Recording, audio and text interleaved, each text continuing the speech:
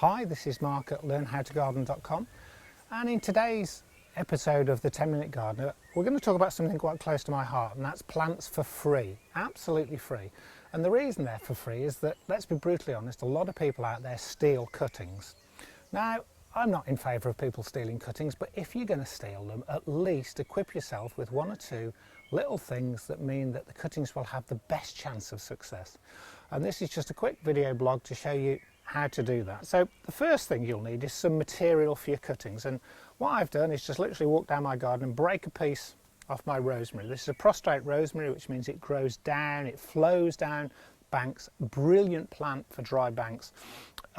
Absolutely essential herb for your gardens. And as you can see on this, there's probably, with all these little shoots, a dozen cuttings.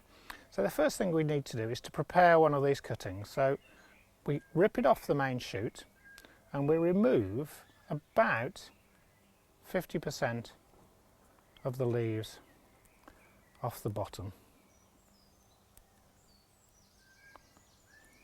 And we do this for two reasons. One, they probably would rot in the compost, and two, they'll actually get rid of a lot of water out of the plant, and we don't want to do that. You know, we want to keep the plant nice and turgid, nice and moist.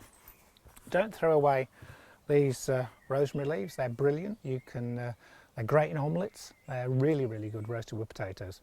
So that's a cutting. As you can see, it's got a tiny little heel here.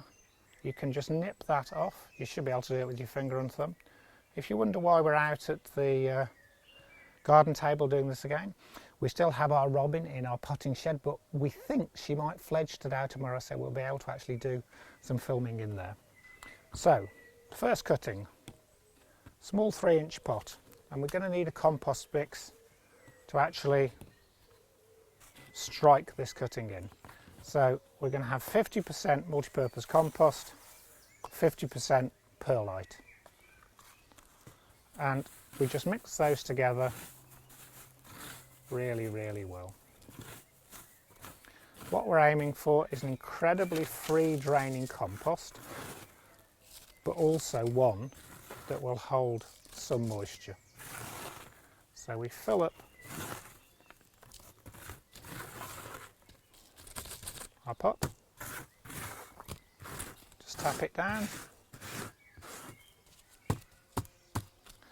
and to help most cuttings strike, you can use hormone rooting powder. Now there are two ways to do this. One, you can go out and buy the hormone rooting powder that you see in every sort of garden centre and everything, but that's a bit toxic really. Or you can use this, which is a hormone rooting powder that I make myself. I was taught this by my great uncle Jack Beer.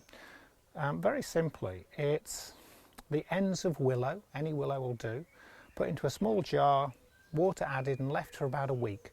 Willow has an amazing ability to root.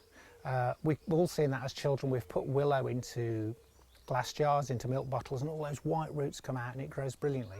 And the hormones and the enzymes that willow has are contained in these leaves, and just by letting them sit and gently sort of mix with the water, it lets that hormone out. So basically we just dip about a third of our cutting into the willow, take our dibber, make a small indentation, place the cutting in to the pot and leave it. So what we've done here is we've put 4 cuttings in here. We've got 4 around the edge and 1 in the middle. So in fact we've got 5 cuttings in here, not 4. Don't overcrowd it. If you get more than that in, and when they all root, you're going to have trouble separating them. And then what I would do is just very gently water this in. We've talked about watering cans before. This is a Hawes watering can. If you look on our video blogs, I would recommend you get a really good watering can with a really fine rose. Very gently water it, and then I'm fortunate, I've got this little glass dome. This is an old Victorian little dome, but a plastic bag works exactly the same.